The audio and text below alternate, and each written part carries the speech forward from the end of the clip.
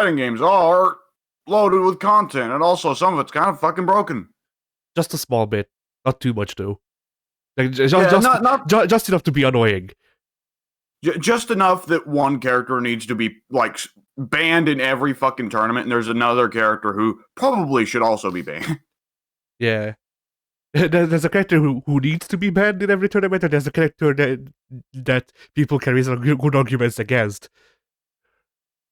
Yeah, so KOF 2002, a very big game, probably the biggest KOF game outside of maybe 14. And it is loaded with stuff. It's pretty much got everyone from the first, 10 years of KOF, minus, the sports team, because fuck those guys. And also Mr. Big. I cry every day. And Krauser. Oh, and Krauser. Oh, man. Oh, that sucks. But hey, we got Ignis. Not only do we have Ignis, we also have Nameless. Yeah. At least Nameless isn't bullshit. Is Ignis? Ignis has got to be one of the lamest KOF bosses. Yeah. Like, it's a throw up between him and, those weirdos that were there during the Ash Saga. I skipped the Ash Saga, so I don't know.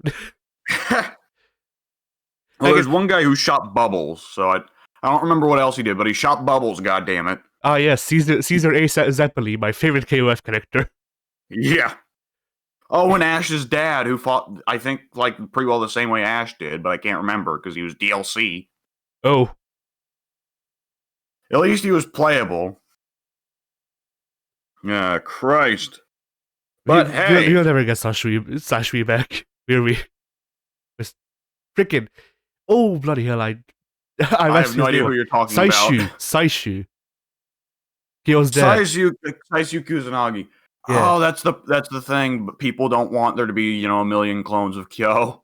But he wasn't the clone of Kyo. He had two of the same moves and they're just better moves than Kyo. That's close enough for some people, man. You know how it is. People get scared at the concept of MK ninjas, right? Yeah. And the MK ninjas aren't similar anymore either, but still people are like, too many ninjas for a lot more combat game. Yeah, people are still like, too many ninjas, but give me more army men. They definitely don't feel the same. I don't know what you're talking about. NetherRealm is the one who wants more army men. The community doesn't. I don't know.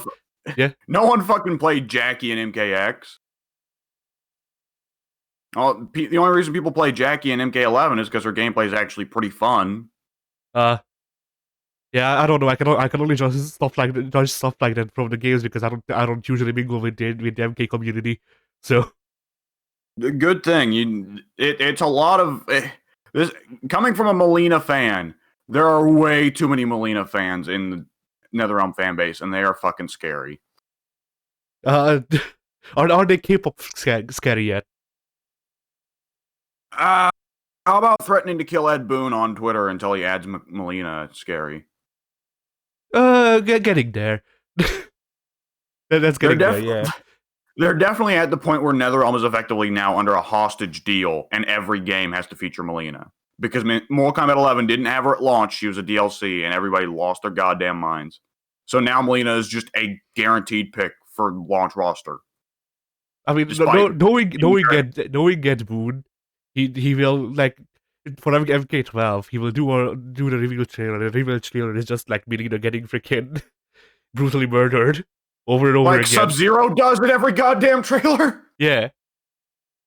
Scorpion's just doing fatalities to her now, I guess. Ed Boon's got a mean sense of humor, but he's still got a heart. The MK12 freaking trailer is actually just one of those all fatalities on one connector videos, and it's all Melina.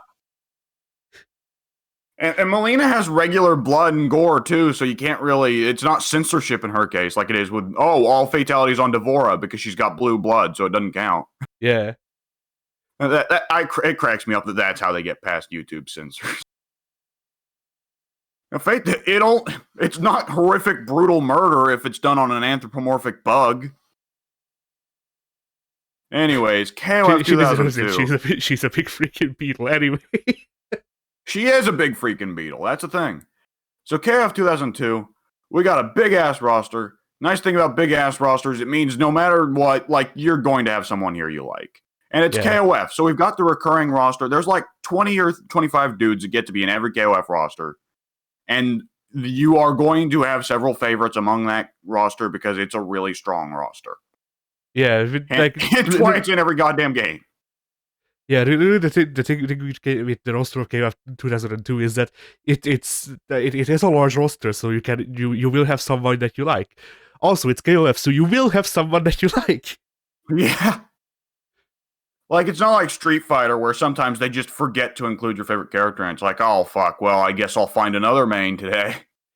Yeah, they forget to include your main, and I guess I'll wait 2 seasons until I buy the game now. Yeah, pretty much.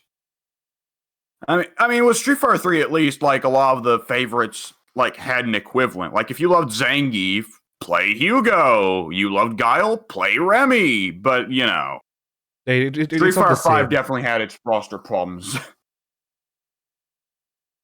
I mean, I feel real bad for people who picked weirdos in Street Fighter 4. Like, there's no fucking equivalent for Hakan in 5.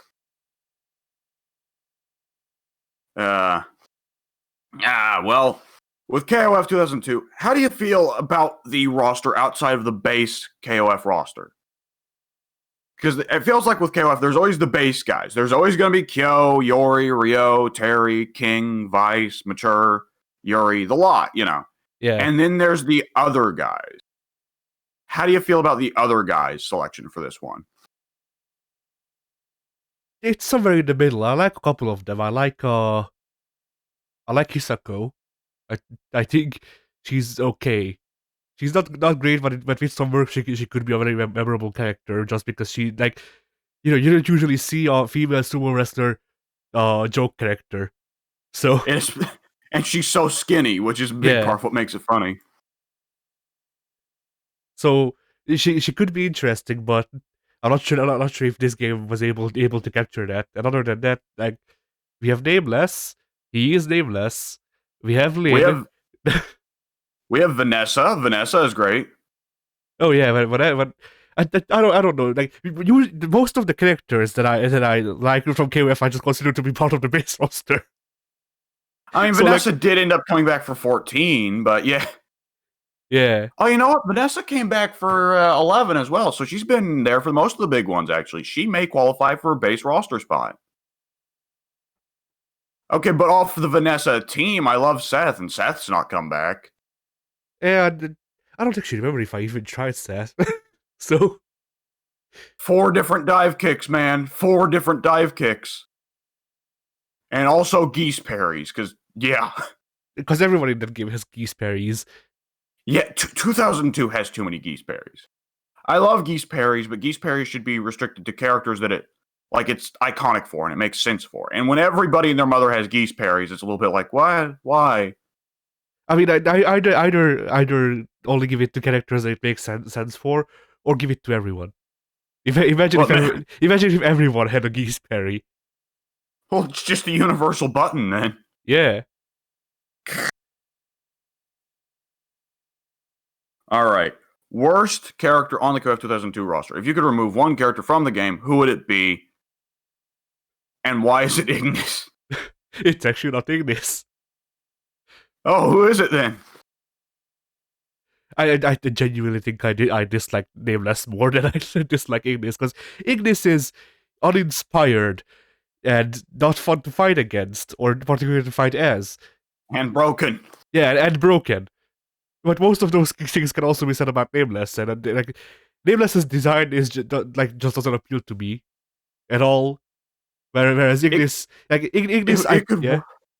No, go ahead. Like, Ignis, I could see myself liking Ignis if they changed, like, most of him, but you know, I can see a character that I may like if it were changed. With Nameless, like, the things that set him apart from most of the other members of the roster are things that I dislike. It's not even particularly just because his sprites are jank, but like, I don't know, the ripping off the robot arm to shoot at fire that looks like shit. Like, it just doesn't work for me. Nameless is like I think the chief problems I have with Nameless. The first one is bit of a generic anime edgelord. And I mean, KOF's got good anime edgelords. Yori's a very good anime edgelord, and Nameless isn't. Yeah, like But I feel like I feel like should I and Nameless kind like both kind of follow the thing of like, you know, they would be the protagonist in their own like edgy anime, but it's like a really low tier one. It's one that like 5 people watch, and they can't stop recommending to everyone they meet. Yeah, like Shune, at least like graphically, is one of the better looking characters in that game, and has pretty cool powers that look good in game. Like I disagree. I still dislike the hands. I love that. I love summoning Master Hand. What's your problem with Master Hand and Crazy Hand? It's the way they were rendered, and I have an issue with not necessarily his powers, but the way it looked. That's fair. Nameless is a case. I think the idea of him ripping off his own hands and his like insides are horrible dark fire that envelops people. Like I think that's a cool idea, but you're right. The sprites do not do the concept justice at all. It looks rather poopy. Yeah, the overall design is also just very uninspired to me because. Oh my god, he looks like every other fucking Nests experiment. Yes, and that's the worst part is, in his intro pose, he has the freaking the cloak, and the cloak doesn't do a lot to actually change his design for the better, but it's still better. Like the cloak is at least something interesting to look at. Instead of, you know, having it on in freaking battle, he just throws it away, and then it's just dude with robot arms in freaking a onesie. With incredible thunder thighs. Yes, Chun-Li thighs.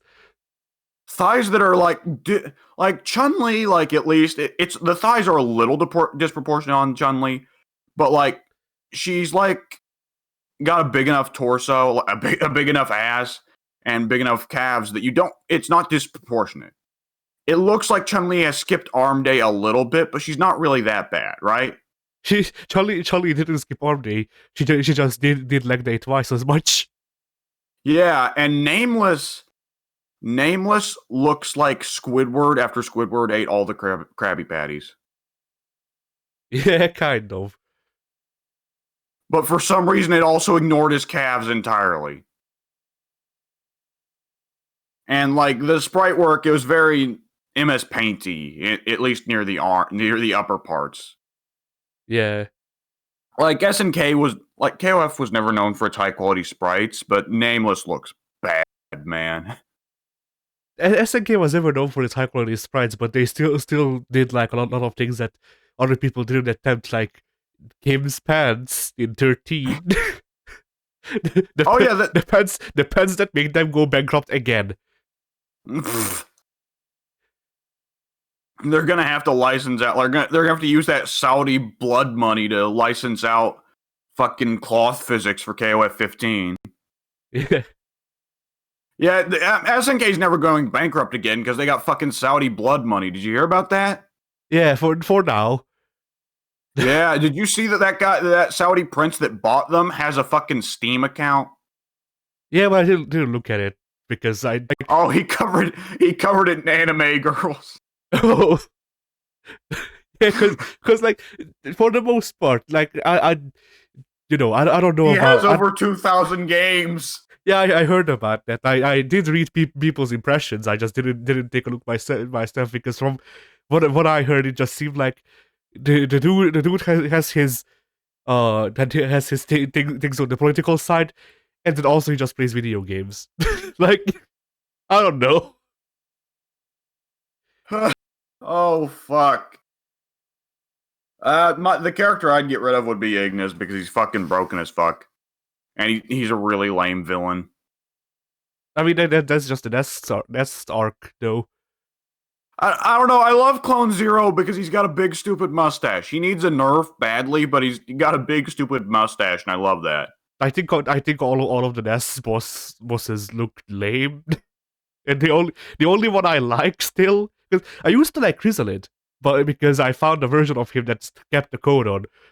Noticing a team here, but yeah. And KOF 99, yeah, Chrysalid would keep on the coat in the first phase and drop it in the second phase, like how Rugal in 94 would keep on his suit in the first phase and drop it in the second phase. But yeah, I liked phase 1 Chrysalid then. Well, I don't know about it anymore, but like the only character from that era that I still like is Omega Rugal. Yeah. Because Omega Rugal was Rugal Saga. What are you talking about? Oh yeah. Yeah, never mind. There is no boss. Chrysalid skin suit Chrysalid, I don't like that he's got the like silver bits on it because it makes him look like he's wearing a mocap suit, but I actually kind of like how weird it is that he's wearing a fucking gimp suit that's skin tight. I don't know. I kind of like Chrysalid and regular Zero both being like evil versions of K-Dash, but with entirely different movesets. Like, real Zero doesn't fight at all, honestly. He just kind of stands there while the fucking strikers fight. Yeah. Which I like. It's unique for a KOF boss. I don't know. I feel like I'm not like freaking out words, but yeah. I'm not too clear about this era or any S saga, as I've said before with the KOF lore. But like I felt like the Kusanagis, the literal Kyo clones from days of future past. I feel like those did the same thing that that Zero and Clone Zero and Chrysalid were going for, because I feel like, because from what I understand, K-Dash is like a failed Kyo clone. So the Kusanagi, who came out black for some reason, because evil. But he's like super not evil. He's like one of the most straight up good guys in the setting. Yeah, I think that's supposed to be like the big switch. Oh man, because usually in like old Japanese media, oldish Japanese media, I guess, I don't know. But usually when people are possessed by like bad spirits and shit, their skin would get tanner. Because the Japanese were very classist against the working class. Yeah. Super. It's still kind of are. Yeah. KLF's really good about that, though. KLF's really good about both race and gender for some reason. They're better about it than Capcom, honestly. I mean, K-Dash is dark skinned and he's like awesome. Ralph is dark skinned, he's awesome. Seth is dark skinned, he's awesome. And like Capcom has some decently handled, characters who aren't white or Asian, but like, oh boy, Balrog's there. Yeah. I love Rog, but Rog is like a super stereotype, and oh boy, the less said about the less said about Prototype Blanca and Prototype DJ, the better. Yeah, I was going to bring up Proto DJ as well. Oh man, like, I still love that we got to see fucking Proto Blanca, who was that bad, and Proto DJ is too racist for human eyes. Oh shit, man. Alright. Alright. Now, what character from KOF do you think is the most severely missed in 2002? Is it Saizu? It may be Saishu. Yeah. Like I feel like it's either him or Kim's kids, but I don't actually remember if Kim's kids existed by now. By 2002 time. Rock is present in 2002 in Terry's intros, but he's a toddler. Yeah. Oh wait, he comes on. No. Kim's kids do exist. They're in the background. Oh, that makes no sense in the timeline. No, it doesn't. Because they're the freaking they're Garo age as well. Yeah, they're Rock's age. They're supposed to be teenagers at the same time Rock's a teenager. Man. Yeah. But yeah, that makes no goddamn sense, but okay.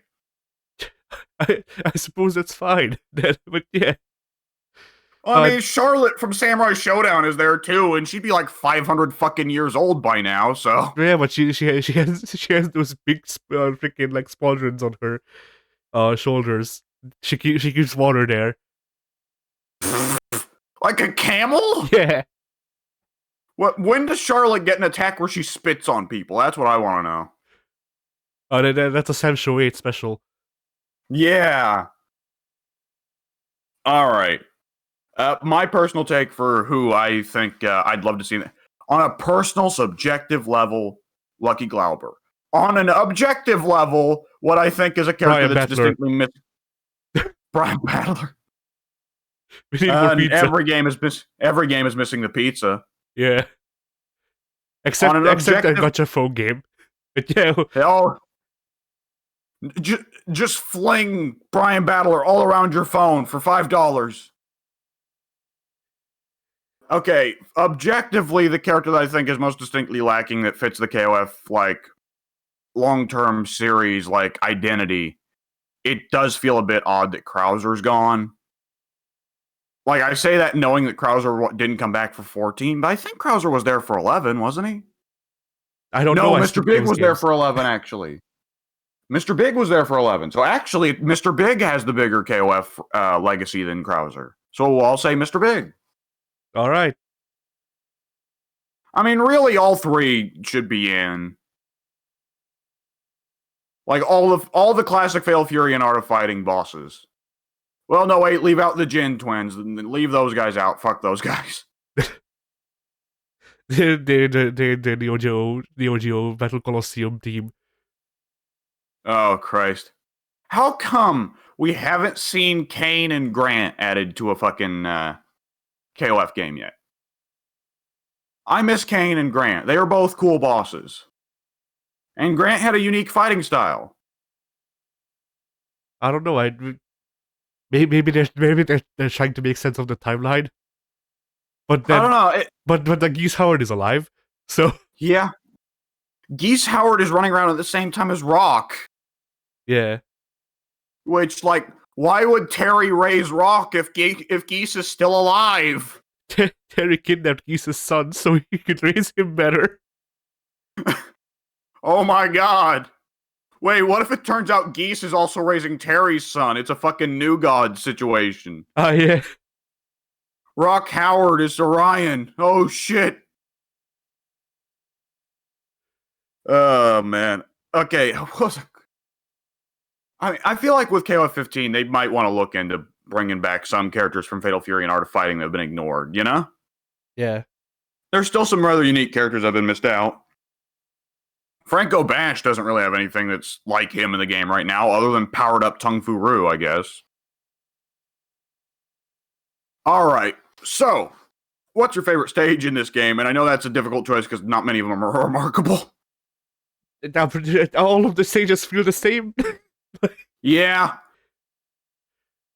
Like, I can recall a couple from 98, but there's only one stage I can recall from 2000. There's two stages I can recall from 2002. I can recall... Yeah, I think I can recall two as well from 2002. Japanese high school, the Nest Slab. That's it. Okay, I can recall three then. Because, yeah, the Nest Slab, the high school, the freaking... There is the theme park. There's Generic City.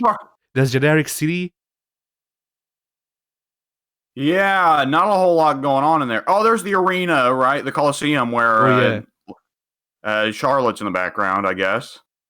Yeah, there's that as well. There's the temple in Thailand where you've got the fucking metal slug guys in the background peeping on you from the bushes like a bunch of perverts, probably touching themselves.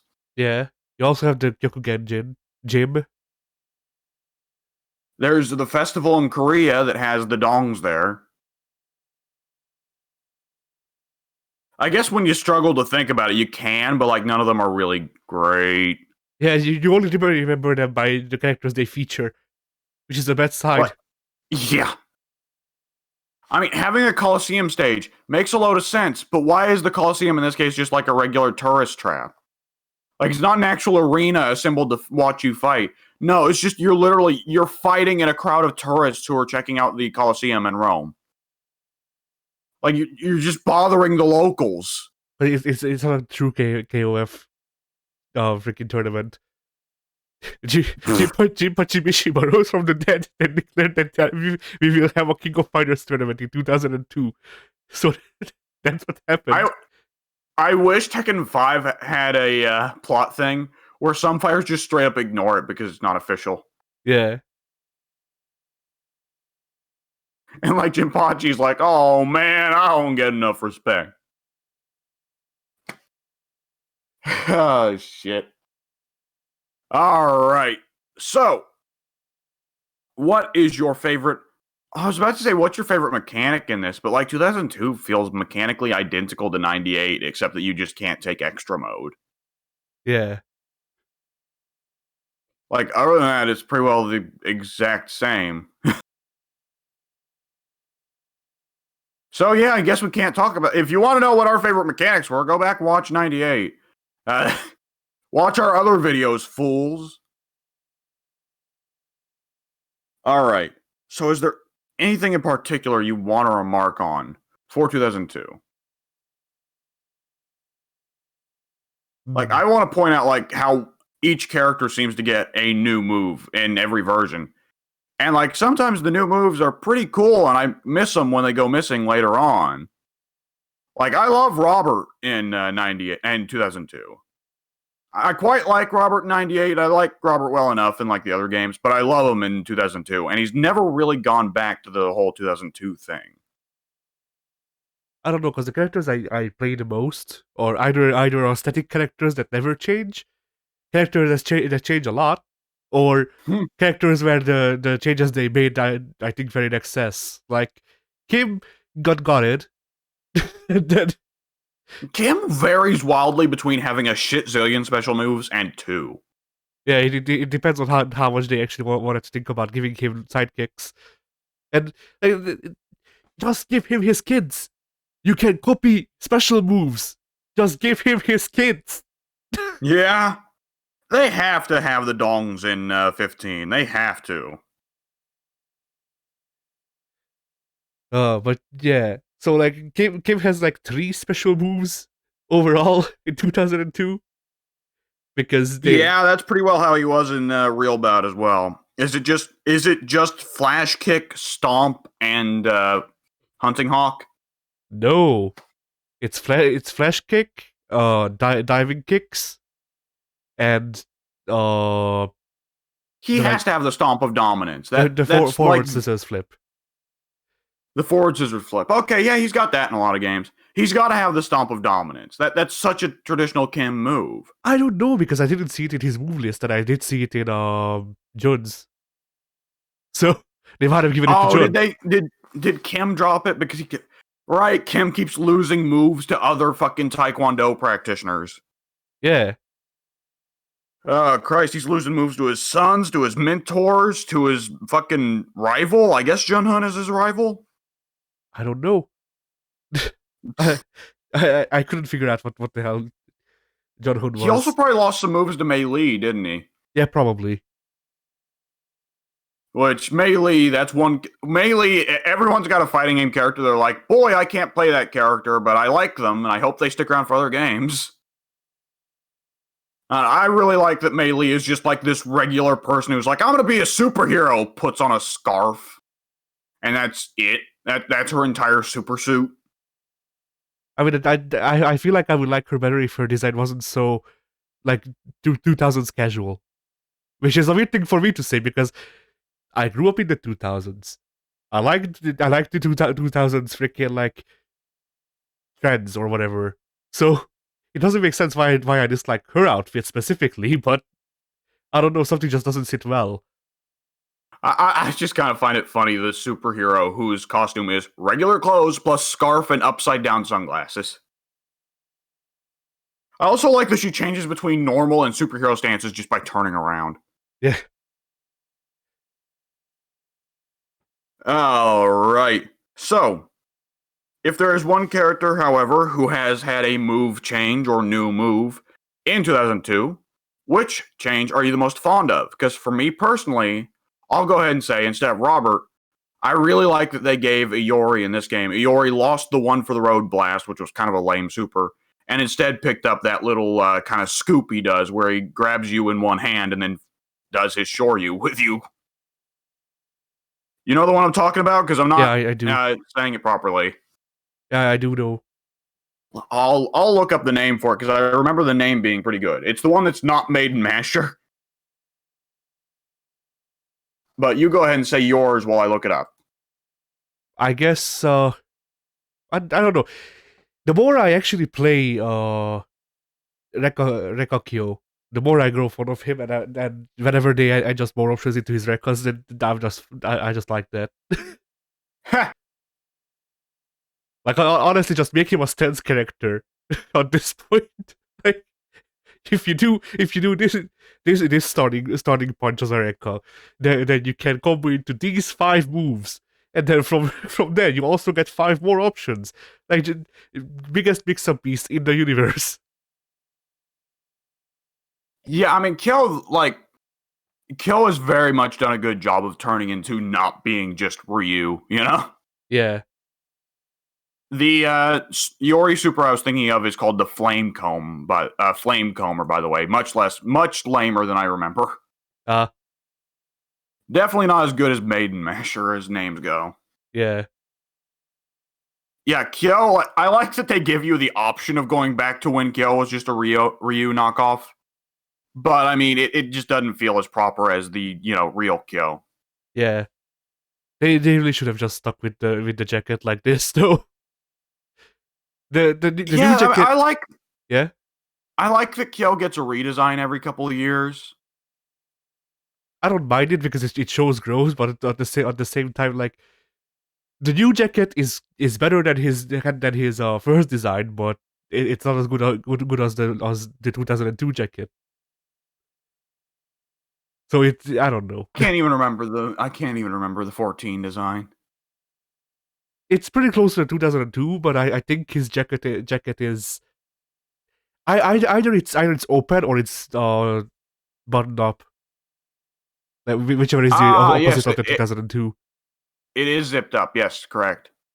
See, I do like the 2002 jacket, but I do have a problem with the 2002 shirt. I do think the fact that he's wearing the fucking Netherlands, or the flag of Netherlands or Denmark or whatever on his shirt is really weird. Oh, and I don't know which color I use with Kyo, but I don't know. I kind of liked it that it looks like he's big Christian man with the freaking cross and all that.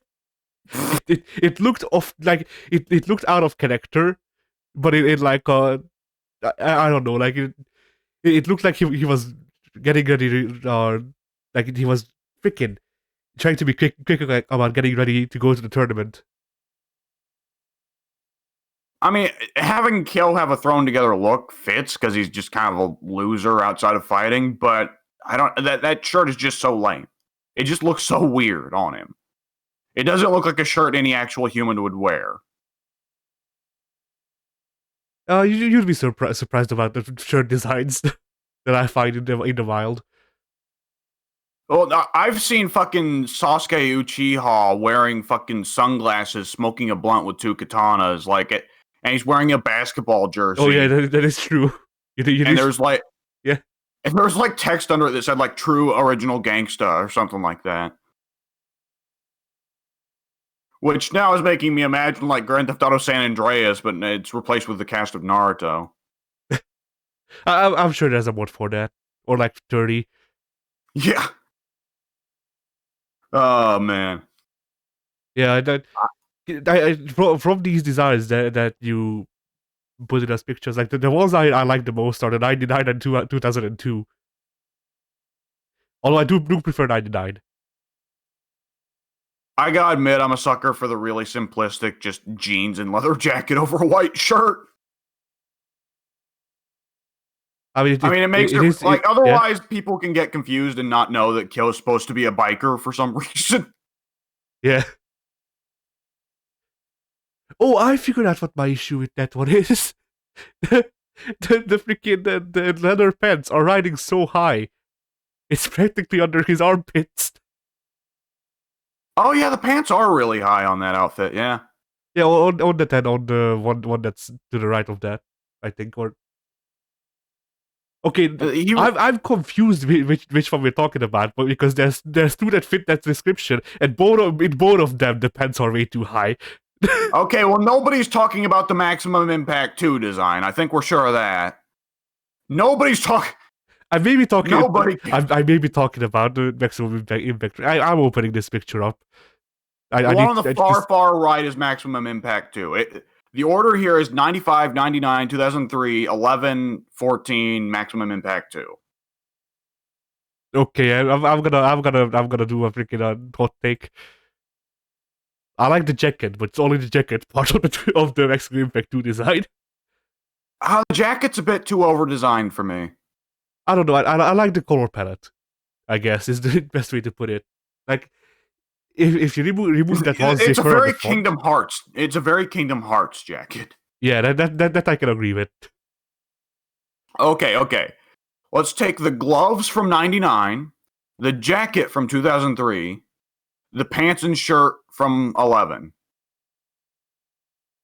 and the hairstyle from 14. Fuck it. I don't like the 14 hairstyle. None of these are good. You can either go with the parting down the middle, which looks really weird, or you can go with messy, which also looks very stereotypically Japanese. Very stereotypically anime. Yeah. I don't know. I like the parting down the middle, like bowl cut that he had, because it's like I feel like it's part of Kibo's character that he's this big cool guy that murdered all of the Rugals and shit. Also has the lamest haircut. The haircut worked with the bandana because it looked like his hair was getting pushed up by the bandana, but now it looks weird. Yeah, it looked like his hair was being pushed up by the bandana, but now we just know that he just has a really big freaking temple.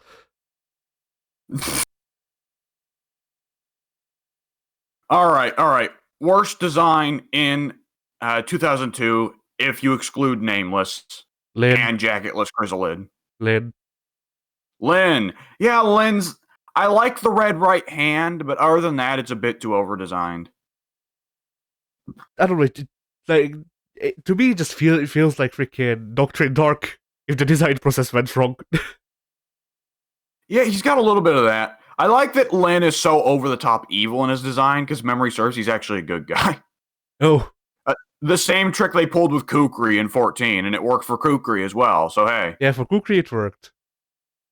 Well, I like characters who are obviously evil, but are actually good guys. Then again, Kukri is like maybe a good guy, but at the same time, SNK All-Stars Heroic Battle or whatever the hell happened. So... Well, that's not actually the real, like, he didn't really put them all in his mind, did he? Or I thought that was just, like, his imagination going nuts. Yeah, but still, I feel like that warrants a good guy with an asterisk. Like, good guy that's flawed, yeah, but most KOF good guys are flawed in some way.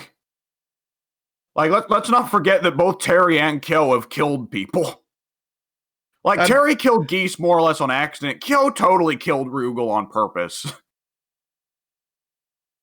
I don't know. I don't know. Because to me, like with freaking like killing Rugal and killing Geese to be serve purpose narratively with shit like this. Whereas Kukri being characterized as a pervert just kind of ruins the character. I mean, I don't know. He's kind of a freak in a black suit, so I do like these humanized a little bit. I think it's weird that he likes to think about Mai in a cow suit, but other than that, I can deal with it. Oh, by the way, I had to explain something to Mike the other day during a recording, because Mike's running through the Friday Night Fisticuffs recordings of the Super Best Friends for the first time. And for whatever reason, one of the first ones he decided to watch was SNK Gals. And I was mentioning, like, I don't know why we even started talking about SNK Gals. I was saying, like, oh yeah, SNK has really good female character designs. And he was, like, bringing up SNK Gals, and I had to be like, Mike, no. Just no. And Mike was confused why, like, Wooly and Matt thought SNK Gals was bad. And he was like, I don't know, the game looked like it was fine to me. And I was like, no, Mike, no. He wasn't talking about character designs, though, obviously. Yeah. Though he's used to Mortal Kombat, so he's used to women fighters being naked.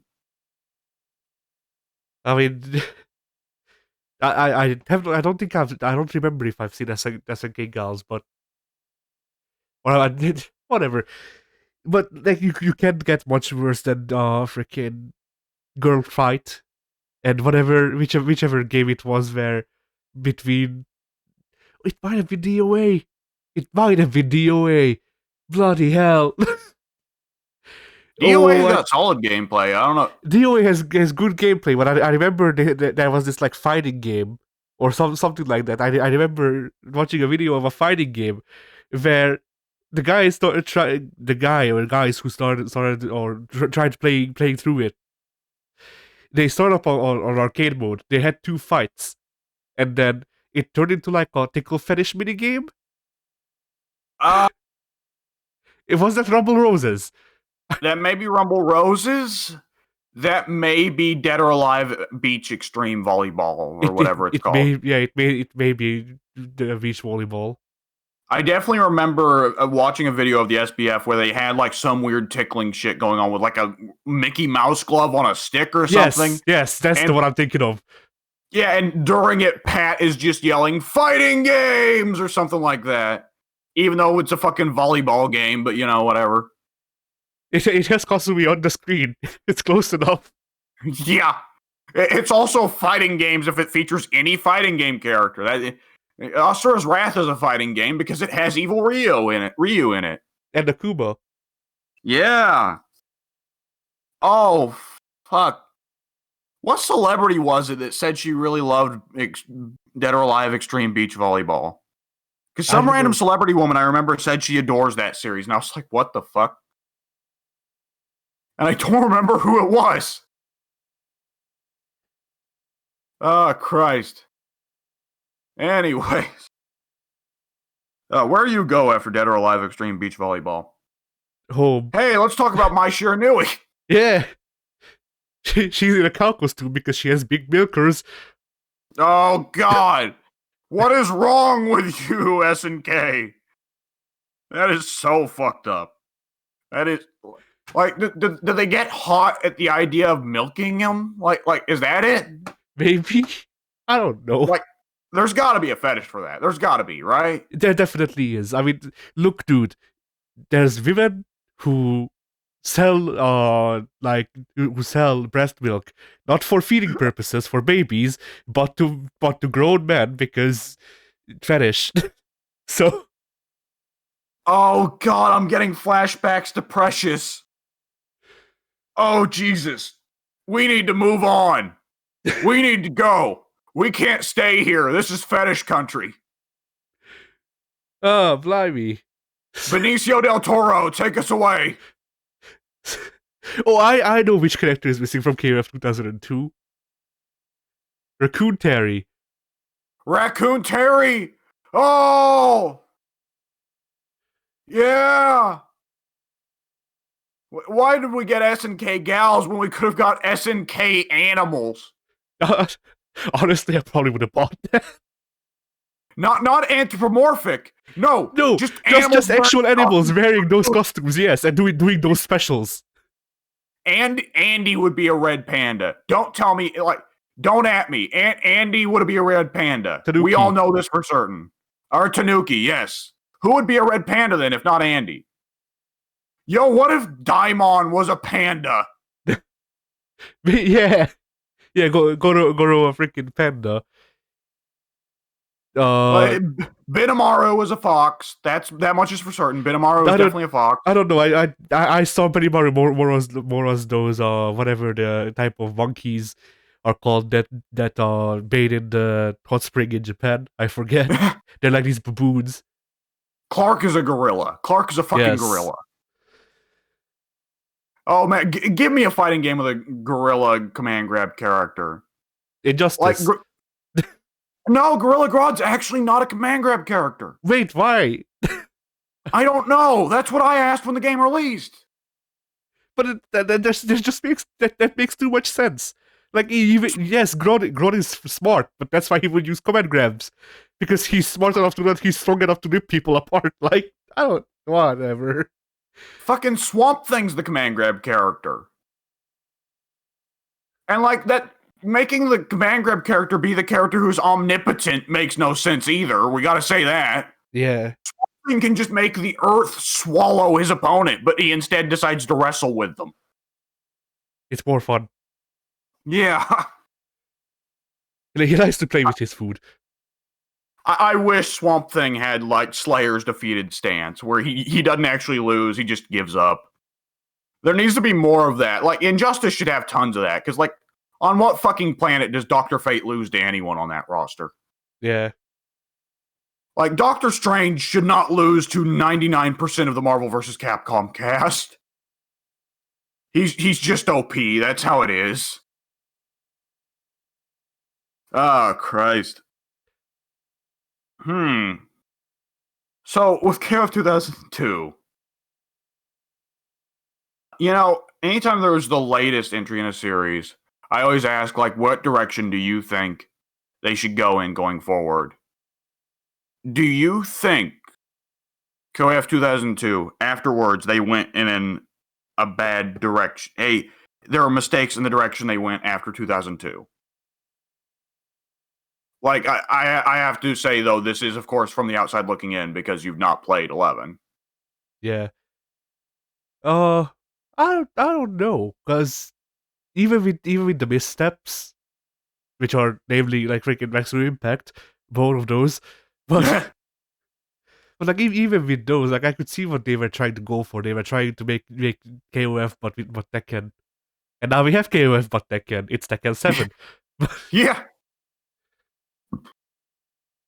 And like that's the thing, because I played a lot of Tekken growing up, and because I feel like I'm more like, I feel like I have more characters I like in that than Street Fighter. Like, I don't mind 2D games just going, okay, what if we tried 3D? So, you know, as bad as Street Fighter EX could be, and as bad as Maximum Impact could be, I feel like there's like, I want to at least try them before I call them shit. And I actually did play through the first 2 Street Fighter EX games, and I found them to be okay. Not great, but you know, all right. Stupid in a delightful way. Yeah. But then, okay, so you finished, because I was going to go on another note. Okay. Then there is the other side to that as well, when 2D fighting games try to go 3D, and they just misunderstand what to do, I guess. Like Samsho Sen and all of Mortal Kombat in the 3D era. Yeah. Zoning works in a 3D space, right? Usually. That's why we've got Dairu, who has fucking full screen zoning, you know. Even if you sidestep him. Fucking Dairu. Christ. We're gonna have to do a 3D Marvel Combat. We're gonna have to do a 3D Mortal Kombat at some point on this show, aren't we? Yes. Do you have any copies of any 3D Mortal Kombat games? Yeah, I own Deception and Armageddon. Ah, all right. We can do either of those. Deception would probably be a little bit easier to review first, because there's so much less in that game. All right. So I've actually got a mechanic I thought of for 2002 that I don't really like. Yeah. Which is decision to make a third layer of super moves, the HSDMs. Usually KOF will have two versions. You will have the SDMs, and there's like the EX version of the Super EX, the Super SDMs. And like KOF 14 made the oddball decision to have like a version, an SDM that you can only do Super. But whatever. However, the HSDMs, or the Hidden Super Desperation moves, I guess is their name, are only activatable when you're down to like 20% health. And they are, for a lot of characters, the most elaborate cutscene supers. And for some characters, they're just fucking lame.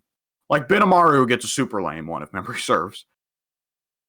And I went through and got all of them and tried all them out, and there's some pretty cool ones, and it's really lame that you're only going to see them under very specific circumstances. And that, like, because there are such, like, specific circumstances to use them, it feels like you don't want to bother learning how to use them. Because, right, like, just use the meter for the for those desperation moves you would anyways, right? You feel me?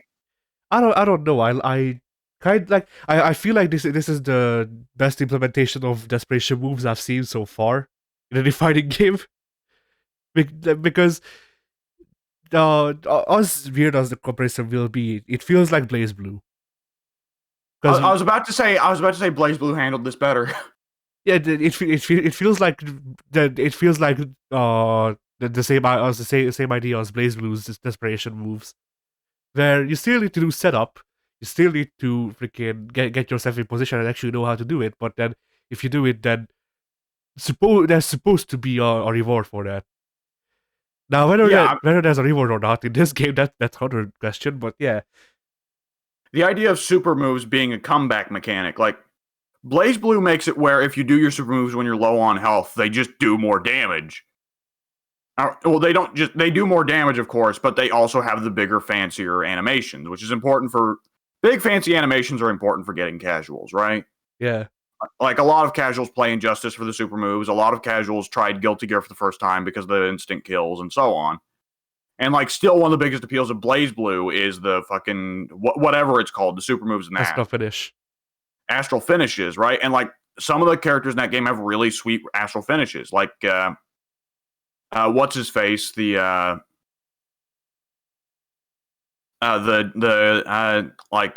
its name? The Kabuki. He's not a Kabuki theater guy, but he is a theater guy. He's a traditional Japanese theater guy. Oh, I know the guy, but I forget his name as well. Bloody hell. His name is Drill Man. We'll call him Drill Man. Drill Man's astral finish is cool because it's pretty well a Blaze Blue equivalent of the Midnight Bliss. And Relius has his own astral finish that's like the Midnight Bliss, but instead of turning the opponent into a girl, he puts the opponent in a fucking horrible torture device. Yeah. So, that's a lot of fun. And, it's stuff you'll learn to do anyways, because, hey, it's your regular super, but now it's stronger, except for the astral finish. But the astral finish all have easy inputs, so, hey, who cares? Except Hazama. Except Hazama, but hey, that's part of the fun of Hazama is that he's difficult to learn. Hazama's astral finish is a rising storm. I know, it's a pretzel. Yeah. No, it's straight up just the rising storm, from what I remember. Yeah. I may be wrong. It's either Hazama's or Terumi's. I think it's Hazama's. Because I think Terumi is supposed to be easier to play than Hazama, because Hazama is rather difficult. The pretzel input is definitely Hazama's, but the animation, one of them also has the same animation as Rising Storm. It's difficult to remember. But I will go ahead and say, my issue with KOF is, like, it's specific, different, separate inputs for a lot of the special moves for their, like, hidden super desperation move variation. Also, Vices is really weird. Did you see Vices? No, because it's a parry, and I didn't bother with parry once. Like, she does a zombie walk, which is already weird enough, but if she does get hit, the screen blacks out and you just hear chomping noises. And then when it comes back, like, Vices nearly throws up. Ah. So I guess she does a Melina fatality to the opponent. Yes. Complete with throwing up, because, that's Melina for you. Yep. Oh, for fuck's sake. Yeah, by the way, did you see Melina's brutality in Mortal Kombat 11? Where she just eats the opponent's head whole and then does the puke again? No? Yeah. It was the brutality. They showed it off in, like, some Combat Cast or trailer, where she starts off doing her classic Mortal Kombat 2 fatality, except this time she only gets the head. And then she, like, pukes actual puke. She doesn't puke out thousands of bones this time, which would be funny as hell. No, I wish she puked out thousands of bones. I was hoping that we could go back to the funny shitty fatalities instead of like I don't when your opponent would explode into 6 rib cages. Yes, because like I actually think that might be my issue with the fatalities now. It's like, yeah, the fatalities are realistic and whatever, but like I have a degree of separation where I don't look at the freaking the characters on screen as actual people because they're not. They're code. So when horrible things happen to code, I don't give a shit. I mean, as long as it's not freaking like it doesn't have artificial intelligence anyway, but you know.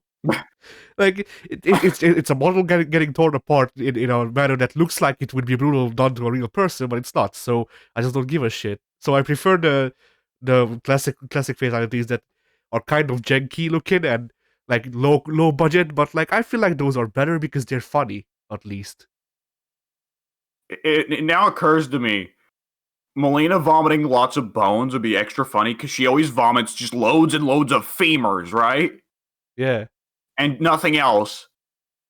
And it would be extra funny if Melina only gets that from eating the head. Because it implies the opponent has, like, loads of femurs in their skull.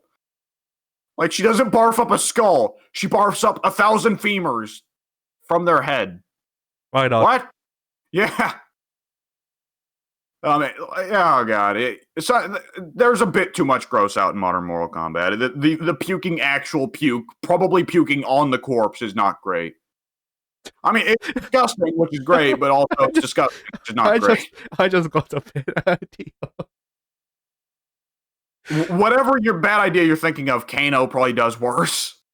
I don't know, dude, because I just thought of a really the fatality where she pounces on the opponent, just with one motion swallows their head, and then like whips out their dick, and when she would try to jump down on it, she just starts puking on their dick. like Ultimate Black Cat. Yeah.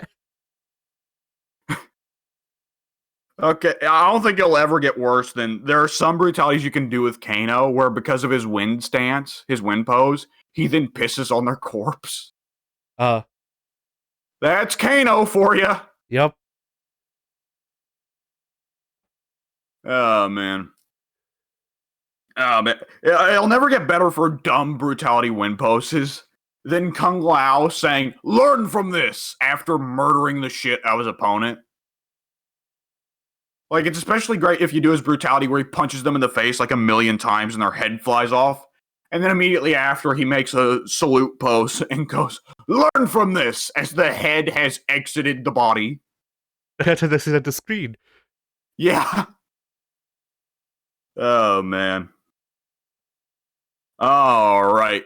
We'll have to probably talk about more about fatalities whenever we do that Mortal Kombat video. Hey, so, KOF 2002, do you have a final opinion on it?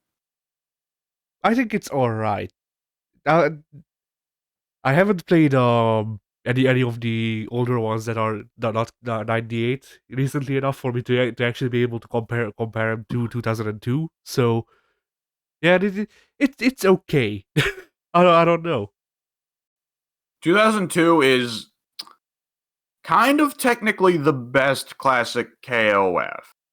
98's got a little bit more smoothness and a little bit more, like, I don't know, cohesiveness to it. But my understanding is, like, even the pro-competitive community prefers 2002 over 98, which is weird because the competitive community usually isn't. Oh, you know what? I was about to say the competitive community usually isn't big on big roster games, but that's super fucking wrong. The competitive community loves Marvel too. I mean, only 4 fucking characters are viable in Marvel 2, but that doesn't stop them from picking Cyclops, does it? No, it doesn't. But yeah, I don't know. Like, my thing is just that, like, the 2 characters I play the most in KF usually, Kim and Rugal. Kim got cutted for other people to have his moves, and then Rugal. I don't like Omega Rugal as much as I like normal Rugal.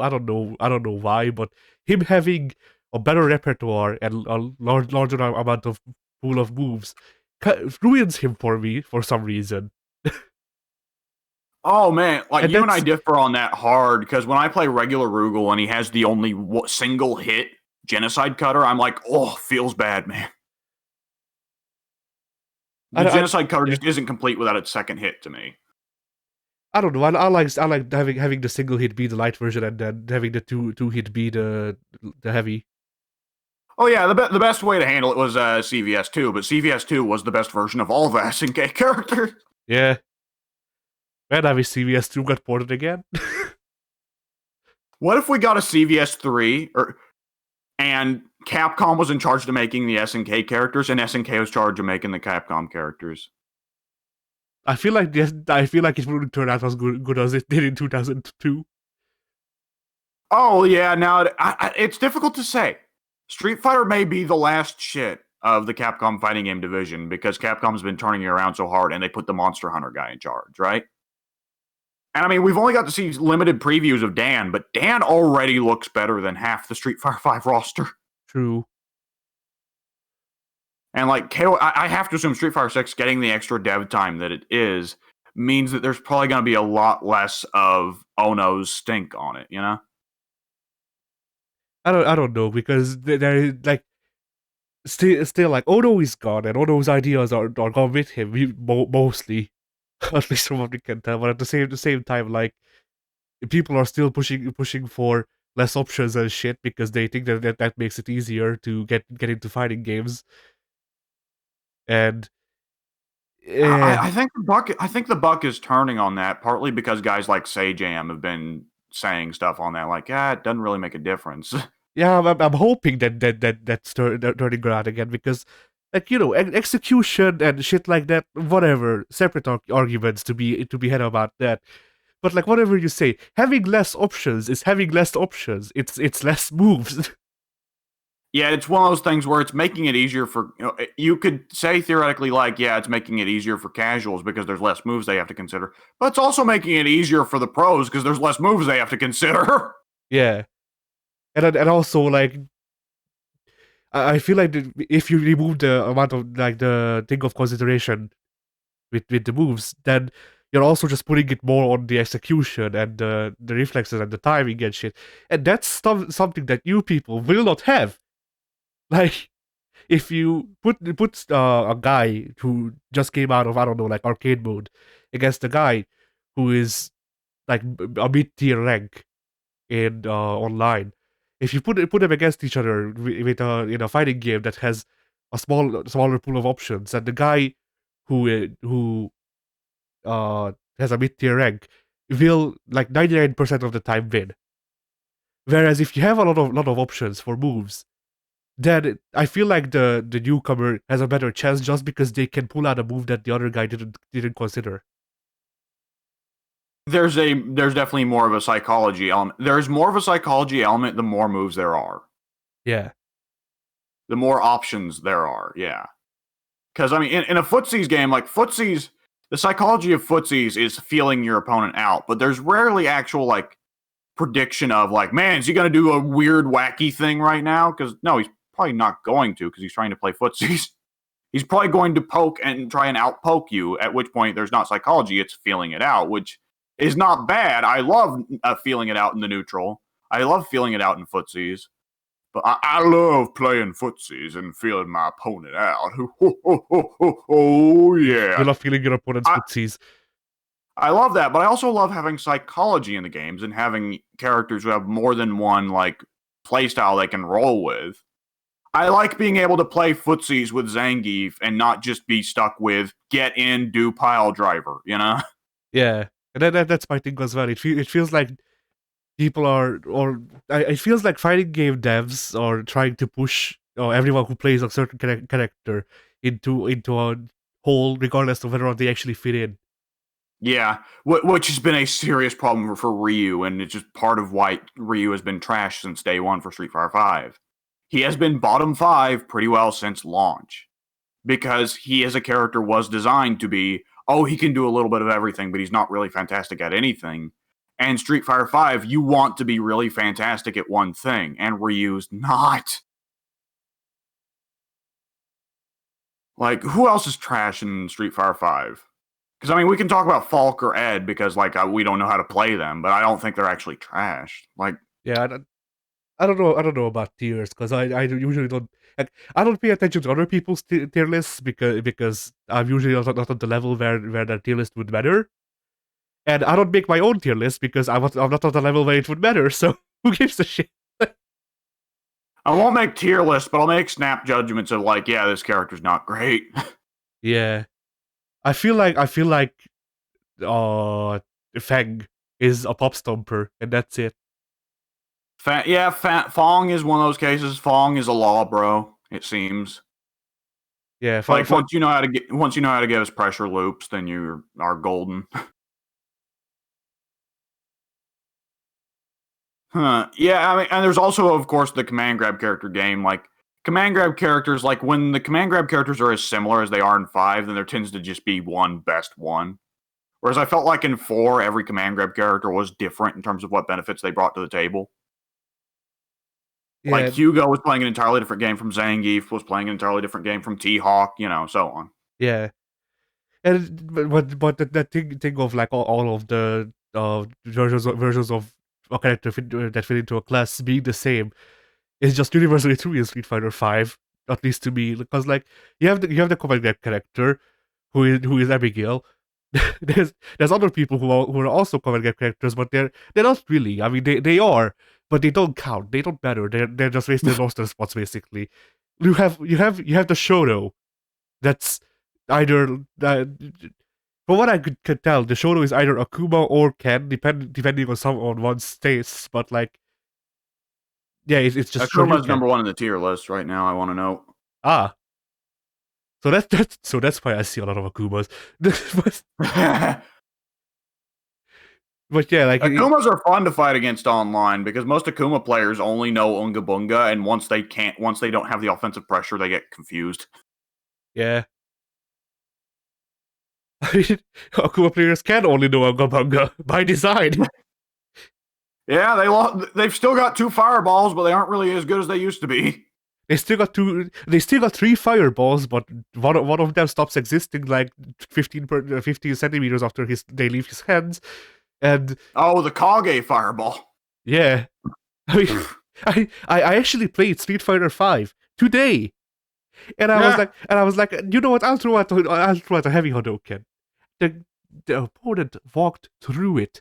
It hit his face and it didn't hit him. Like the model disintegrated mere millimeters before it actually hit the enemy. To be fair, you'll still have that happen with Dan or Chun-Li in any Street Fighter game, It's just weird that now Akuma does it as well. Yeah. But that I mean, yeah. I do want to note here, like, I don't consider like Ono the absolute devil of fighting games because he did make 4, and 4 was really good. 4 was okay. I think I was too harsh on 4 at first. Yeah, maybe. Now that I've gone back and played it quite a bit, All right. So, KOF 2002. How would you rank it on a scale from 1 to 10? How would you rate it?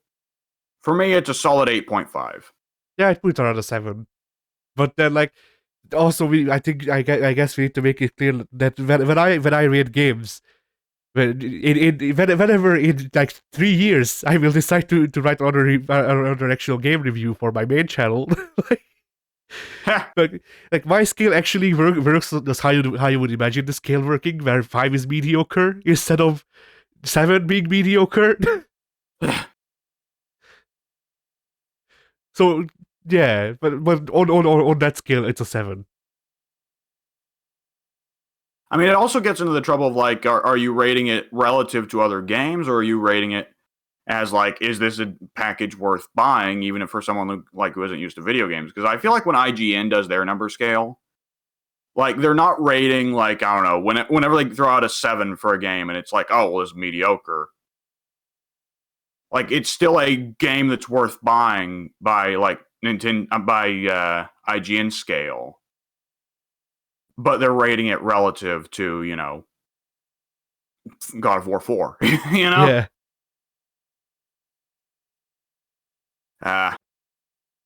Yeah, for me, like, I'm rating it at an 8.5, and I'll admit that for me, the scale gets a little relative. So I guess like we could set out like some like basic feelers for what we rate other fighting games. Like, oh, for me, like Street Fighter 3 is a 9.5. What would be a trash fighting game for me? What would I rate really low? Well, oh man, what's the shittiest fighting game I have? Let me look over my collection actually, because I must have one or two bad ones for PS2. Let me look over there. I gotta have some stinkers. What's the worst fighting game you own, Addy? Or do we consider subgenres as well, or just straight up actual traditional fighters? Either one. Well, with subgenres, probably the first Naruto Ultimate Ninja Storm. Ha! Nuts. And then with just traditional fighters, What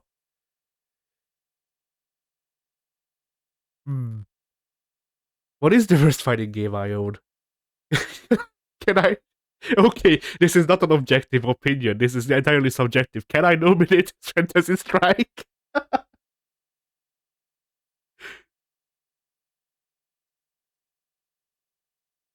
Did he leave? Yes. I'm just looking over the old list. All right. The thing is, I don't buy many bad games, so I guess the worst fighting game I own is either Mortal Kombat Deception or X-Men Next Dimension, and neither of those games are really terrible. I guess it'd have to be X-Men Next Dimension because that game is a little poopy.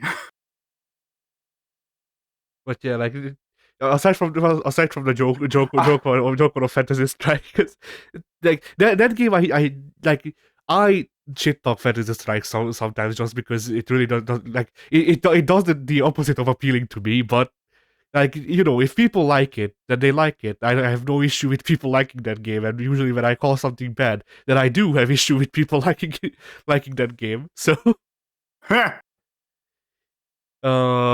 but let's see. Like, what's genuinely like the overall worst fighting game I own? Oh, I wish I owned a copy. I wish I owned a copy of Capcom Fighting Jam so I could say that. You know what? Fuck it. Out of pure subjective spite, objectively the worst fighting game I own is the X-Men Next Dimension. The subjective, my least favorite. Here we go. Not the worst, but my least favorite fighting game that I own, Soul Calibur 4. I fucking hate that game. Oh, you're right. I do own Soul Calibur 5. Oh, Soul Calibur 5's got some glowing spots, but then again, I guess so does 4. I completely forgot I even bought that game. Like 5 has a better gameplay rhythm to me than 4. Like 5's a little faster than 4, which I like. 4 felt a little too slow and chunky for me. I never played 4, so I wouldn't know the differences. I just remember really hating Killick in that game. Heh. 5's Killick, right? Where Killick doesn't use the bow staff anymore. He becomes Edge Master. Yes, and he's also he does use the bow staff. But, for a guy who's imitating Edge Master, he didn't do a very good job of edging when he was with Zhonghua. Yeah. Heyo!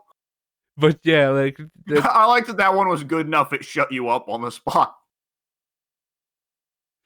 You seem to make a stupid freaking sex joke, and I'll laugh. But yeah. Yeah, Killick, that's what I was talking about. Killick in Soul Calibur 5, if you fight him as a boss, then he does have the bow staff, and he also like input reads the ever-loving shit out of you, or anything harder than easy. Yeah. Even on easy, actually, but like on easy, it seemed doable at least. Edge Masters are usually brutal in Soul Cal. Like, I can remember I was never able to unlock Olkadan in Soul Calibur 3 because every time I actually... Really? Yes, I beat Olkadan first try. I didn't even know that he was supposed to be hard. Oh! I probably just sucked then.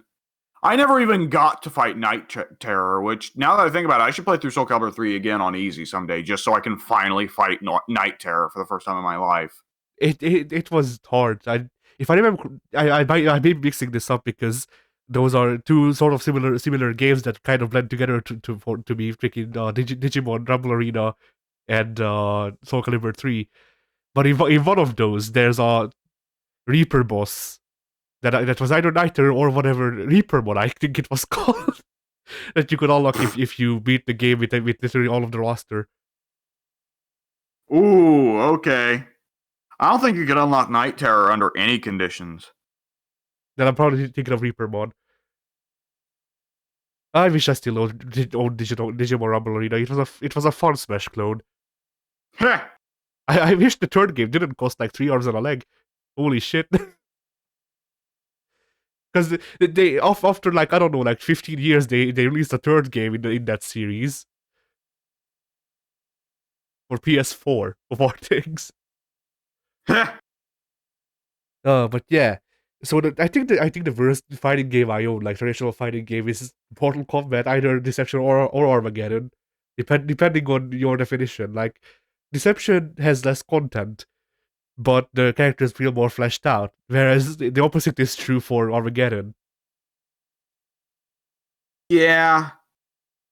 But at the same time, Deception's got a lot of fucking lame-os there. And while Armageddon has a larger quantity of lame-os by sheer nature of being a game featuring fucking everybody, it also features a lot more characters who aren't lame-os. Yeah. After all, Mortal Kombat Deception doesn't have fucking Su Hao, and how can you make a Mortal Kombat game without Su Hao? I'm gonna practice the custom fatality system on Su Hao all day. Imagine if freaking in the biggest swerve of them all, there's a Combat Pack 5 or whatever, whichever one we would be on announced, and it's literally just one character, that's Su Hao. No, it's 3 Su Haos. Yes, it's 3 alternate reality Su Haos. It's Su Hao, Shin Su Hao, and Miss Su Hao. It's him wearing a dress, like fucking whenever Iori appears in the all-female KOFs, cross-dressing. when Iori is Mrs. X, you know? Yeah. Let me pull up the picture of Mrs. X, because Mrs. X cracks me up every time. I don't know, the idea of also having like having Su Hao, Shin Su Hao, and also Omega Su Hao. Like, that's funny to me. He gets 2 super forms. Yes. And then Shin's like, if you beat bloody hell. If you beat a freaking tower with a character good enough, like if you perfect literally everyone on the tower, you get like, there's different tiers of doing really good on the tower, and if you do the best, then you get to face freaking Shin Omega Su Hao, where Shin Su Hao and Omega Su Hao fight, and one of them sucks the life out of the other. Throw a god on there at the end just to complete it. Shin Omega Su Hao God. Yeah. 4. Implying that there were 3 previous versions. I don't know. I also kind of like the idea of like the only hair he's got is his mustache, so that turns gold and gets massive. Yeah. I also like just the idea of instead of like it's saying that instead of it's saying actually saying Su Hao's name, the title card literally just says God. God. What, does he get the fucking open, like the intro for Jesus from Fight of the Gods? Where he hops off the crucifix and says, I'm back for the people. No, I was thinking like it would be like Orochi Su Hao. These words. But yeah. Like, the mark of my dignity shall scar thy DNA. Yeah, so you beat the tower, you beat Shao Kahn. You get like a message that pops up, another challenger awaits your arrival or something. I don't know. Another challenger awaits your challenge. Yeah. And then it cuts to your character walking up like a mountain, and 2 Su Haos are fighting. Omega Su Hao and Shin Su Hao are fighting. One of them beats the other, starts sucking the life out of the one that lost. And then it cuts to white, or like, you know, the screen is filled with light. And then after that, we just see Orochi Su Hao, and instead of Orochi Su Hao, it just says God. He's got 6 wings like Lucifer. He has 6 arms. Oh no! 6 arms the Mongolian wrestle you with! Yeah. And the stupid chest laser gets bigger, I guess. It is his chest now. His hat doubles in size. Yeah. Whenever we do Armageddon, we have to go through and unlock everybody's alternate costumes because there are some great, terrible costumes in that game. And Sue Hao's got the best, worst costume in the game. I You don't know what Sue Hao's alternate costume is? I remember having it, but I forget what it was. You know what? I'll go ahead and fucking spoil it now. It's just regular Sue Hao without a hat. Yeah. That's why I don't remember it. Everyone else got actual alternate costumes. Sue Hao just lost his hat. They should have just given him they should have given him Jackson's yellow vest. They should have put him in a fucking clown suit is what they should have done. Yeah. Oh, Christ. Oh, man. KOF 2002, everyone. It's a good game.